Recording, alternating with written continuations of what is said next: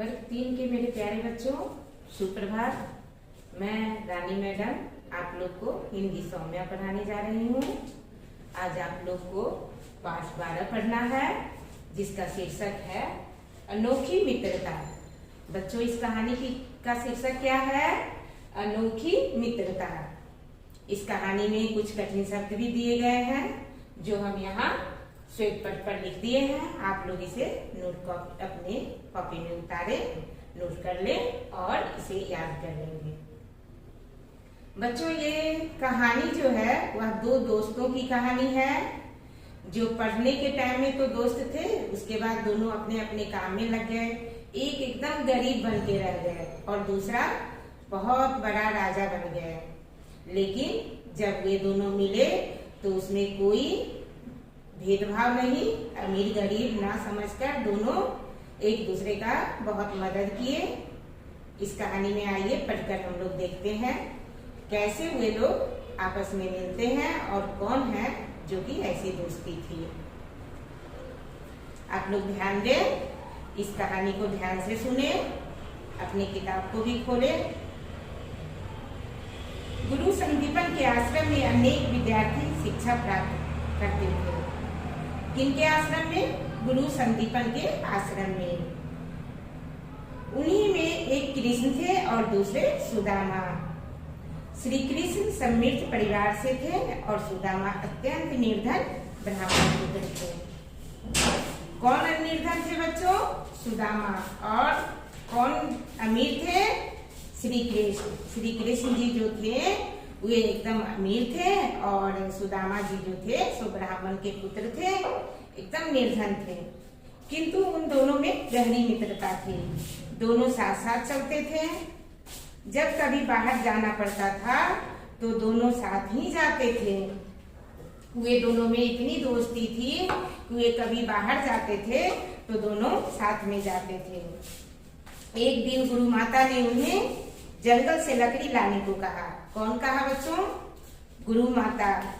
गुरु माता यानी जिनके यहाँ वे शिक्षा लेते थे, जो गुरु थे, उनकी पत्नी।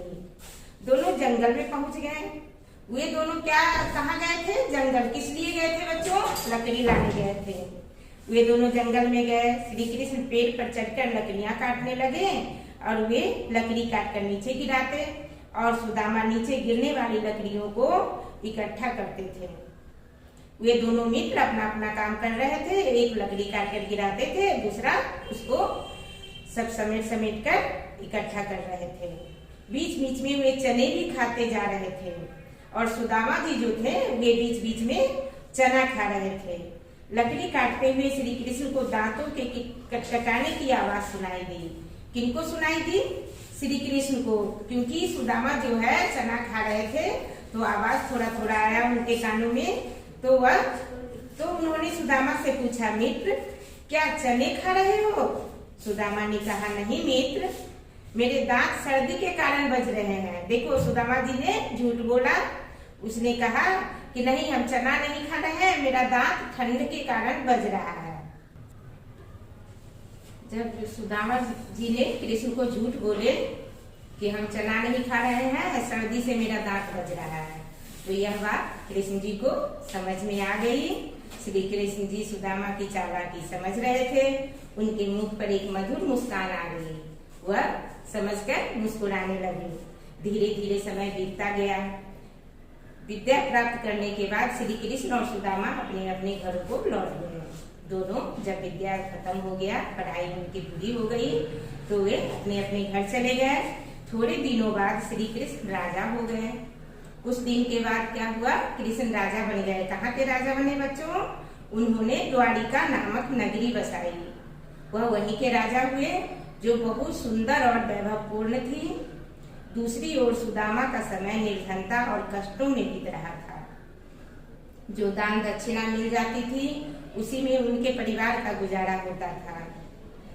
कृष्ण क्या बन गए बच्चों? कृष्ण द्वारिका के राजा बन गए और सुदामा जो थे, जो ब्राह्मण के पुत्र थे, वे निर्धन ही रहे।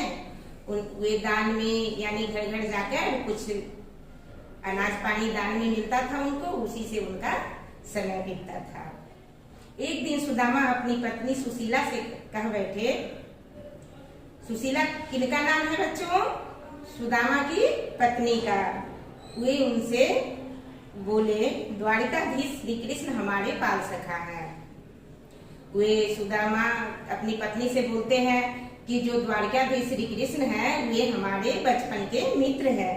संदीपन गुरु के आश्रम में हम साथ साथ पढ़ते थे। यह सुनकर उनकी पत्नी को बहुत आश्चर्य हुआ, परंतु वह जानती थी कि सुदामा कभी झूठ नहीं बोलते। उसने सुदामा से कहा, आप द्वारिका चले जाइए। द्वारिकाधीश श्री कृष्ण आपके मित्र और गुरु भाई हैं। वे हमारी दरिद्रता अवश्य दूर कर देंगे।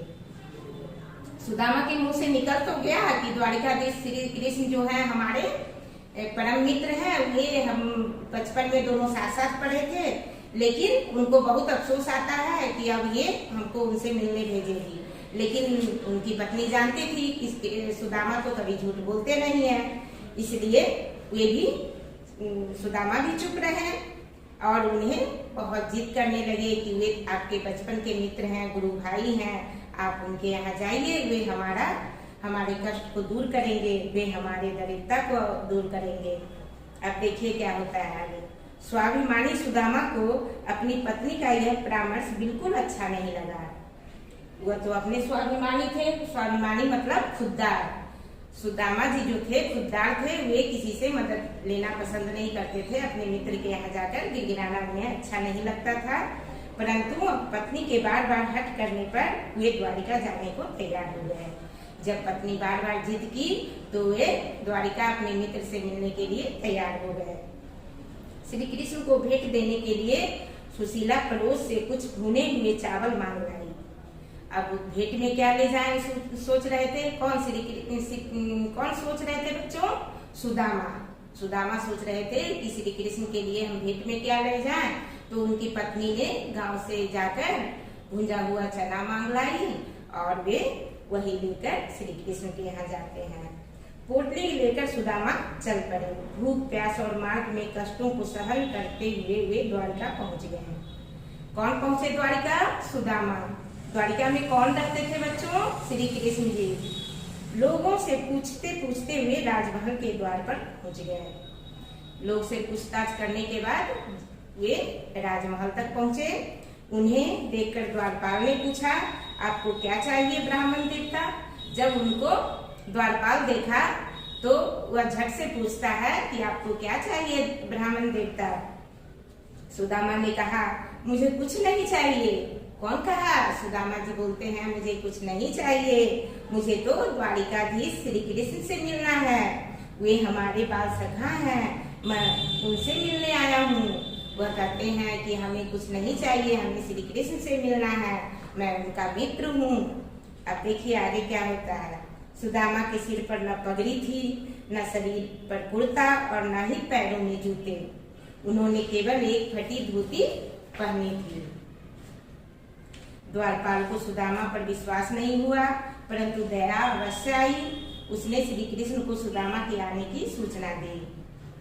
उनको देखकर द्वारपाल को थोड़ा भी नहीं लगा कि ये श्री कृष्ण के मित्र भी हो सकते हैं, लेकिन जब वे बार बार बोले तो उनको द्वारपाल को सुदामा पे दया आ गई और वह श्री कृष्ण को जाकर सूचना करते हैं कि एक सुदामा नाम का कोई आए हैं जो आपसे मिलना चाहते हैं।